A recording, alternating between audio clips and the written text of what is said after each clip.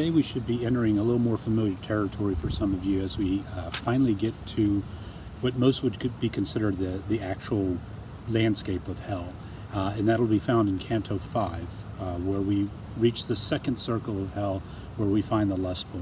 Now, as we move through this journey, some of you will probably recognize some of these sins that pop up seem to be the ones from the old familiar medieval concept of the 7 deadly sins, and you'll certainly find them here. But Dante catalogs much more than the 7 deadly sins. In a way, he kind of recategorizes the way we look at sin, and we'll see a little bit. This is a very telling canto, and we'll kind of set the stage for how hell will be structured from here on out. Okay, so I'm going to start with the beginning of Canto 5. So remember, in Canto 4, we were visiting Limbo, and Dante is kind of attracted to talking with the other poets, but they slowly start to fade away as he and Virgil make their way past the first circle into the second circle of hell, and that's where Dante finds himself now. This way I went, descending from the first into the second round, that holds less space but much more pain, stinging the soul to wailing. There stands Minos grotesquely, and he snarls, examining the guilty at the entrance. He judges and dispatches tale in coils.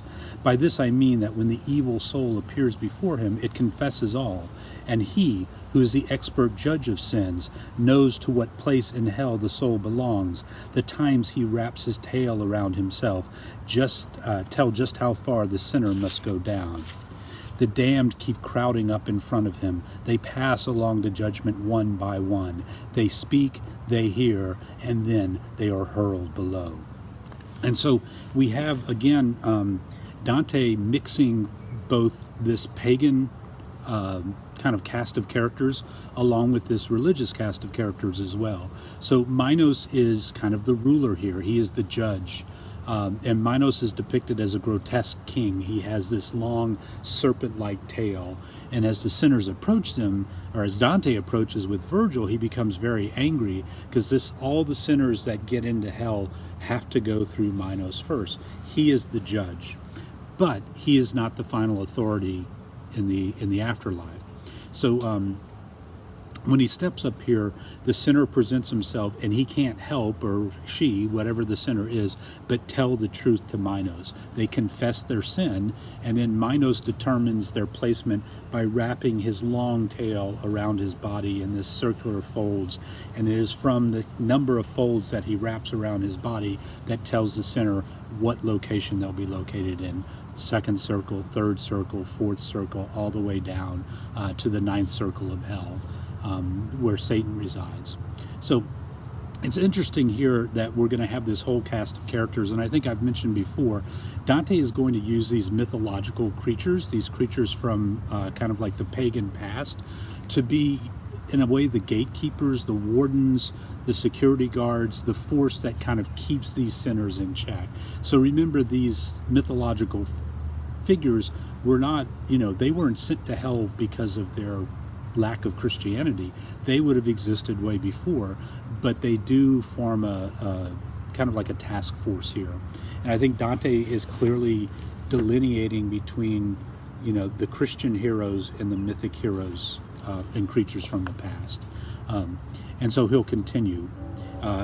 Minos looks at Dante and he says, "Oh, you who come to the place where pain is host." Minos spoke out when he caught sight of me, putting aside the duties of his office.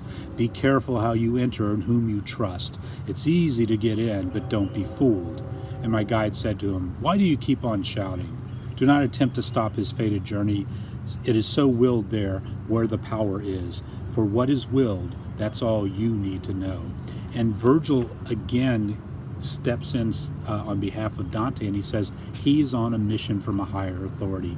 You have no power to control him or to control this journey. And so Virgil's very clear that the divine authority is what's going to trump all this mythological power that the two of them are encountering. All right, I'm going to skip through a lot, or just a little bit, and when Dante enters into this circle, he's hearing. This time it's more agonized shrieking. Remember, in Limbo he heard the cries, the laments, kind of the sorrow of those souls who are not allowed to pass on to paradise. But here the cries are very different. The infernal storm, eternal in its rage, sweeps and drives the spirits with its blast. It whirls them, lashing them with punishment. When they are swept back past their place of judgment, then come the shrieks, laments, and anguished cries. There they blaspheme God's almighty power. I learned that to this place of punishment, all those who sin and lust have been condemned, those who make reason slave to appetite. And again, these are the sins of incontinence. Rationality is taken away from them, and in its place is like this appetite, this id drive, as Freud would say. And as the wings of starlings in the winter bear them along in widespread crowded flocks, so does the wind propel the evil spirits. Now here, then there, and up and down it drives them, with never any hope to comfort them. Hope not of rest, but even of suffering less. But just as cranes in flight chanting their lays, stretching an endless line of their formation, I saw approaching crying their laments, spirits carried along by the battling winds. And so I asked, Teacher, tell me, what souls are these punished in the sweep of the black wind? And so Dante sees this maelstrom, this tornado, and it's almost like a flock of birds that he sees. They're being driven here and there, and they're flittering all over the place, but in kind of unison in this wicked little dance, that they're trapped and they cannot escape it, and their cries are rising up and surrounding Dante's ears. And so this is an image of birds in flight, but it's the image of the lustful. And Virgil would begin to chronicle this litany of famous adulterers and adulteresses who are joined in this kind of massive tornado of flight. And the lustful are punished. So this is very clear, and this is our indication of how hell will be structured. It's very clear that the punishment for your crime is your sin. So the lustful are paired with the object of their lust, and they are swept by these winds backwards and forwards. Their object of the affection is right within reach, but as soon as they get close, it's swept away from them, and they follow it. And so they're forever chasing after this dream, after this lust.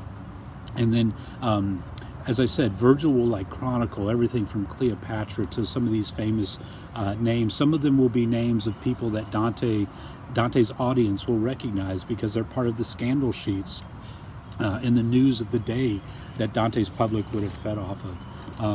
And then he sees two particular spirits that he wants to talk to, and he asks Virgil for permission. Can we call them down, and can I speak to them? Because I'm very sorrowful. It's like those two get my pity most.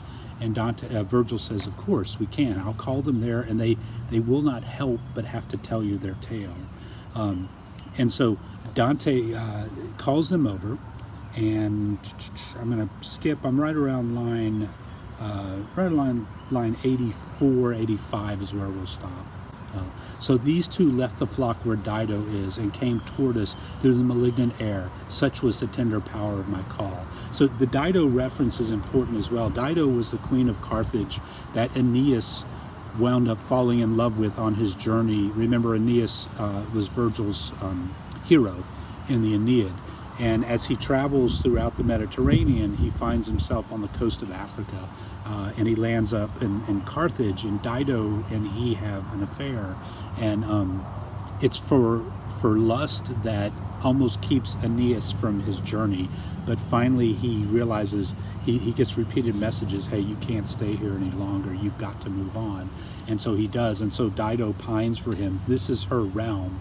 In a way, she's kind of like the mother hen keeping watch over these. And so Dante calls to them, O living creatures, gracious and so kind, who makes our way here through this dingy air to visit us who stain the world with blood. If we could claim as friend the King of Kings, God, we would beseech him that he grant you peace, you who show pity for our atrocious plight. Whatever pleases you to hear or speak, we will hear, and we will speak about it with you, as long as the wind here where we are is silent. So this is the famous couple Paolo and Francesca, and Francesca speaks, and she says, "I will gladly talk for you if you will just turn off the noise. For a little while, I want a little peace from that, and I'll answer anything you have." Now, it's very key in this little passage that you'll notice that Paolo never speaks. He simply looks sad and kind of angry off on the side, very sullen. Francesca is the one that speaks, almost like she's the instigator and she was the cause of this fall. All right, so she begins. "The place where I was born, on the shores where the river Po with its attendant streams descends to seek its final resting place. Love, quick to kindle and gentle heart, seizes this one for the beauty of my body. Torn from me, how it happened still offends me." So Francesca begins her woeful tale, and she says, "This is Paolo. You can see that he lusted after my body, and it still offends me to tell the story." But the story is this amazing scandal of how Francesca fell in love or in lust with the brother of her husband. Francesca's married. She leaves this detail out, but she says, he and I, we were innocent. We just happened to, our eyes locked. We were reading at the time some great book, and it caused us to kind of fall in love. Now, what's interesting here is the sinners in hell will lie, and Francesca is lying by omission. She's leaving out some of these important details. She talks about, we were innocent of suspicion. Does that mean they were keeping their affair hidden so it couldn't be suspected by Paolo's brother? Or does it mean that they were innocent, like they hadn't done anything yet? So as she tells her story, some of the details emerge, and she's pained to tell the story, but she still can't help herself from telling it. And she said to me, "There's no greater pain than to remember in our present grief past happiness, as well your teacher knows. But if your great desire is to learn the very root of such a love as ours, I shall tell you, but in words of flowing tears." And Dante is reacting. He feels pity for this woman. "One day we read to pass the time away of Lancelot, of how he fell in love. We were alone, innocent of suspicion. Time and again our eyes were brought together by the book we read, our faces flushed and paled. To the moment of one line alone we yielded. It was when we read about those longed-for lips, now being kissed by such a famous lover, that this one, who shall never leave my side, then kissed my mouth and trembled as he did. Our Galahad was that book, and he who wrote it. That day we read no further." So what she says here is they were reading this romance about Lancelot and Guinevere. And if you know your King Arthur, Lancelot betrays not just his king and his best friend, his brother knight, but he betrays the whole kingdom, and it leads ultimately to the downfall and the destruction of Camelot. And she says, we were innocent of suspicion. We read this one line of how Lancelot kisses Guinevere, and then our eyes met and our lips locked, and the rest is history.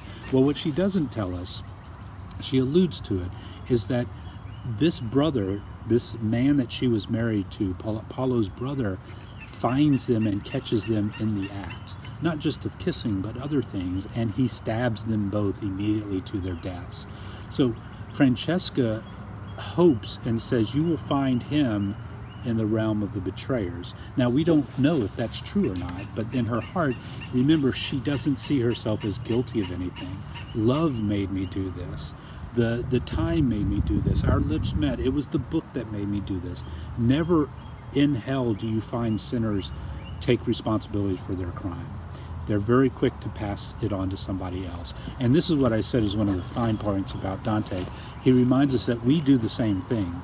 We pass our guilt on to others. It's easier to deflect it and to lay blame at the doorstep of something other than ourselves. And so Dante, in this first voyage or first canto that deals with actually hell proper, the land of the lustful, he gives us a reminder as readers that, you know what, take responsibility for your actions. Be truthful, be honest, be upholding. Minos forces you to do that when you enter in here. Don't neglect that and continue to kind of defer it and be deluded into thinking that you're innocent. Okay? And so that's all that we'll talk about. Dante, at the end of this canto, will faint out of pity. And he's in danger here of being stuck because Minos' warning is very authentic. As I've said before, Dante is told not to believe the people in hell. Everyone in there is a liar, okay? He's also told that he needs to stick on the road and stick with Virgil and follow him. And by fainting, Dante is being overcome by the message of Francesca, which, as we know, is kind of it's a double speak. It's a double message that she's giving there.